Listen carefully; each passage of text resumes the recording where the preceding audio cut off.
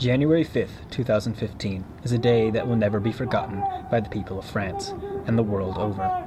Masked gunmen raided the satirical magazine Charlie Hebdo. Using automatic weapons, these individuals, members of the terrorist organization Al-Qaeda, killed 12 people, a barbaric and cowardly act that has been condemned as a direct assault against one of the most fundamental aspects of the democratic civilization, the right to freedom of speech. There are some in Western countries who have used this tragic event as a means to promote the idea that religion, especially Islam, is fundamentally opposed to free speech and free expression. Is there really a conflict between the right to free speech and the right to freedom of religion? We asked Pastor Angela Colin and Father Per Peterson, both religious chaplains for the culturally diverse student population of Örebro University, what their professional outlook is towards this perceived conflict. As people of faith, do you believe that there is a conflict between the rights to freedom of religion and freedom of speech? And if so, why do you believe these conflicts exist? As a person of faith, I recognize that in society, and for some people with religious views that contradict some of the values of our society. And for them, it might be conflict, and in other countries, of course, most certainly.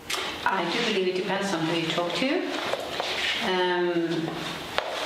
If you talk to common Christians in our society, in the churches, church members, many would say that there really is a conflict, that they don't dare to speak about that they are religious, that they are Christians during work time, in school or wherever. But time has changed, and it's a lot more easy today than only a few years ago, because we do live in a country that is very secularized, and we actually live in one of the most individualized countries in the world. We live in a postmodern world where it's more and more easy to actually express what you feel, what you think, what you believe in, and of course that can kind of easy the way between freedom of speech and freedom of religion, but it can also make things more complicated, as we've seen.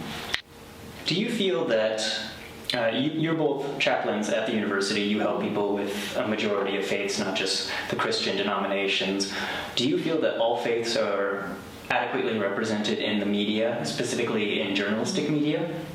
And if they are not, how are they being marginalized?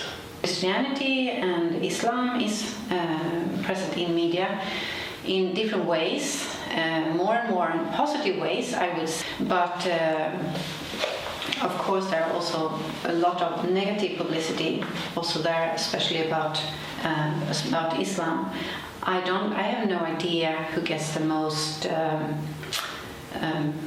Space in media, but I guess it would be Islam today. Do you think that space provided to them, particularly in European and North American countries, is a positive or negative reflection of Islam? I would guess it's most negative today.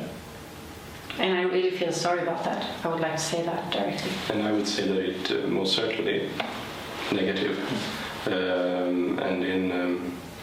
There are sometimes in the media positive things about Islam and Muslims, but the headlines and the big scoops are mostly negative. Let's look at one example that's been very common in the media for the past several months since the beginning of the year, the Charlie Hebdo Paris attack. Now, that attack is being demonstrated and created as the attack directly against the right to free speech, because it was against a journalistic magazine for satirical representations of Muhammad. What is your opinion on that matter? Do you think this attack was an attack on free speech, or was it from religion, or was it an attack against this one entity and not against all of Western civilization as it is being presented? I would say that for me it's important to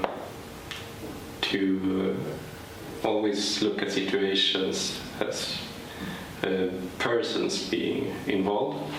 And my view is that it's difficult to say that when a small group of people make an attack on another small group of people, it's an attack on free speech.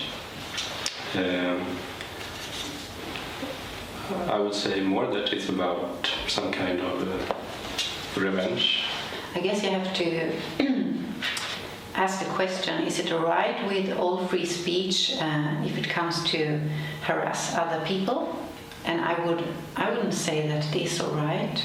I mean, it's never right to do this kind of revenge and to kill people for what they have said or written or painted or anything.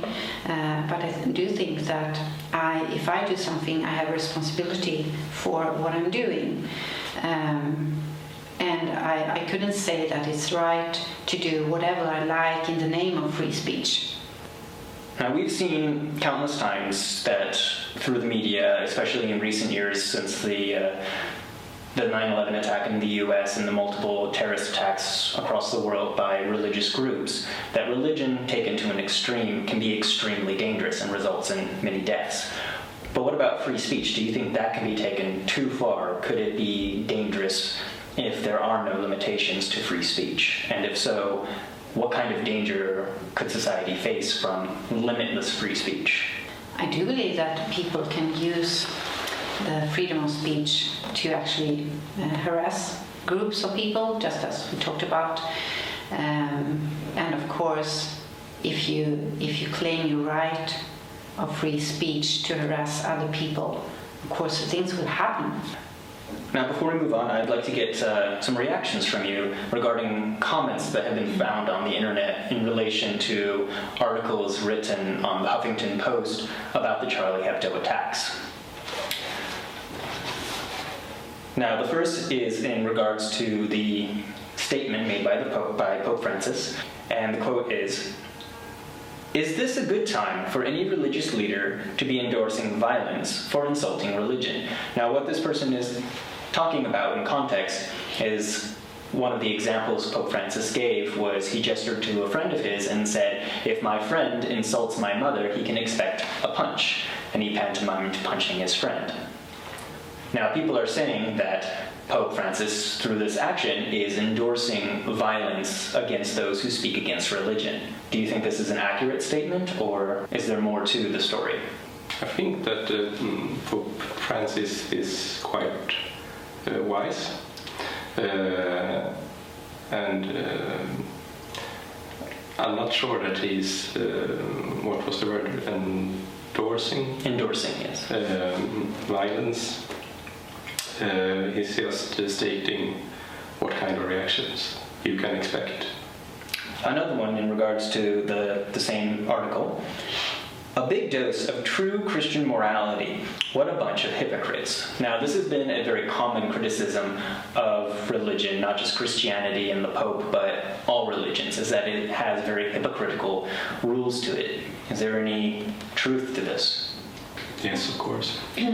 Yeah, I mean, what I think when I hear this is, I'd like to speak to this person and hear more what this person has gone through and his or her mindset and so on, because it could be like anything that has happened in the background, what you've seen from the church or whatever religion he or her did meet in the past. So I think that you always can say that there are a bunch of hypocrites in whatever group of people you meet, but maybe especially the religious groups.